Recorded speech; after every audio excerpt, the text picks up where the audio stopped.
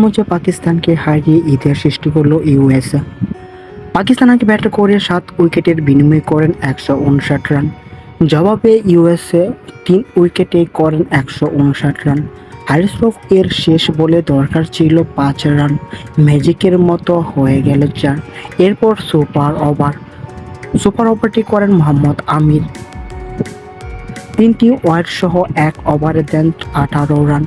জবাবে পাকিস্তান ব্যাট করতে নেমে করেন মাত্র 14 রান। শেষ বলে দরকার ছিল 7 রান, কিন্তু হয়নি কোনো বাউন্ডারি। মুহূর্তেই যেন শুরু হয়ে গেল দাঁত ভাঙা উল্লাস, কেননা 2বারের ফাইনালিস্টকে হারিয়েছে, তাও আবার বিশ্বকাপের মতো মঞ্চে। উল্লাস তো থাকবেই। আর এই জয়ের পিছনে অবদান অনেকটাই ভারতীয় বংশোদ্ভূত সৌরভ নেত্রওয়ালকারের। 4 ওভার বল করে দিয়েছিলেন মাত্র 18 রান, নিয়েছিলেন দুটি উইকেট। এরপর সুপার ওভারেও দেখিয়েছিলেন চমক।